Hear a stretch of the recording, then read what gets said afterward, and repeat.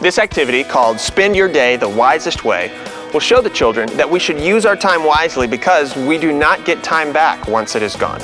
Lead the activity like this. So we all have in our day a certain amount of time. We all get the same amount of time every day. And it's a limited amount, so we should use it wisely. In fact, to help us learn about that, I'm going to kind of go through a day and we'll pretend like it's, your day, and we'll see what happens, okay? And these are the things that we plan to do through our day, and we'll see how that goes. All right? So 7 to 8 a.m., you wake up, and as you're getting ready, you plan to spend some time reading your Bible. But you're really tired from staying up late the night before, so you decide to take a nap on the couch instead. So that hour is gone, and you don't get it back, okay? So that's okay, you got the whole rest of the day though.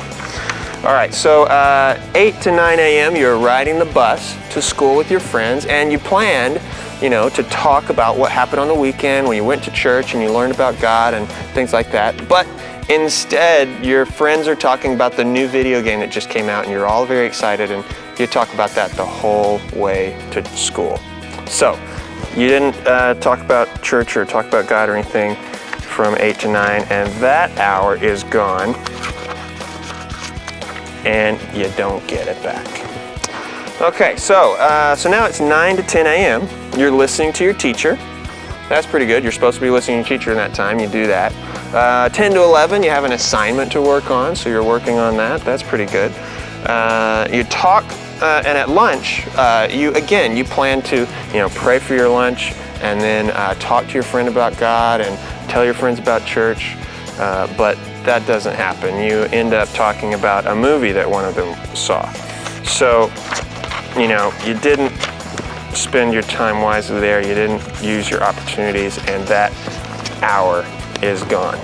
All right, now it's recess after lunch, and you guys are playing your favorite games out on the playground, and you had planned to talk about some of the fun games we play here at church, but you don't really mention it. You just play games together and you don't say anything about it.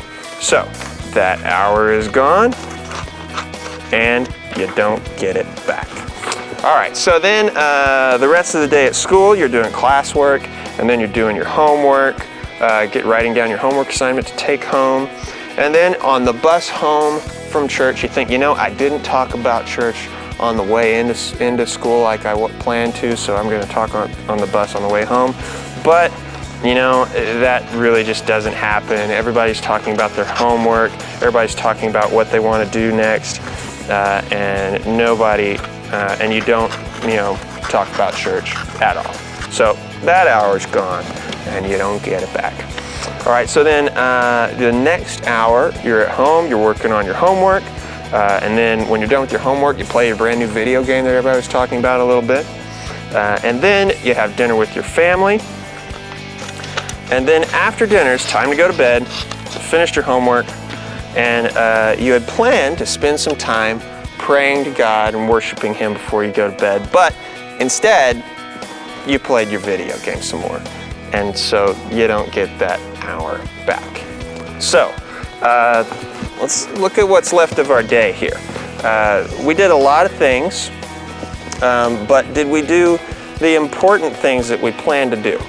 No, not really. Not really. I mean, we did some good things. We did some classwork. We listened to our teacher. We did some homework. Those are good things. But the really important things, telling our friends about Jesus, inviting them to church, praying and talking to God, reading our Bible and learning about God, we didn't do those things.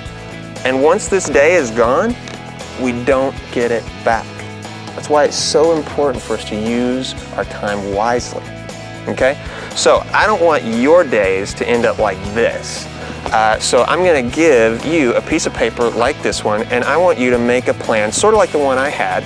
So everybody take one of these and get something to write with.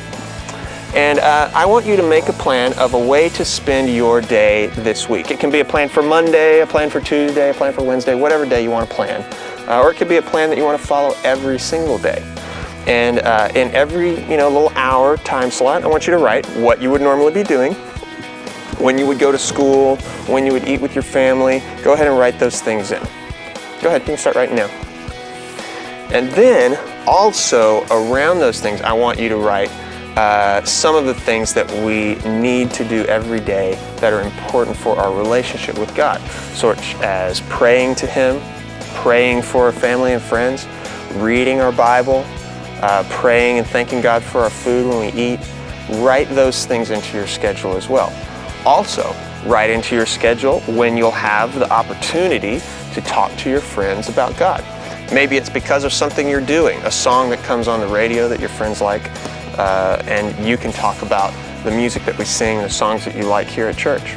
Or maybe you're playing a game that your friends like at school, or even if you go over to their houses and play games, and you can talk about the games that we play here at church and how much fun they are.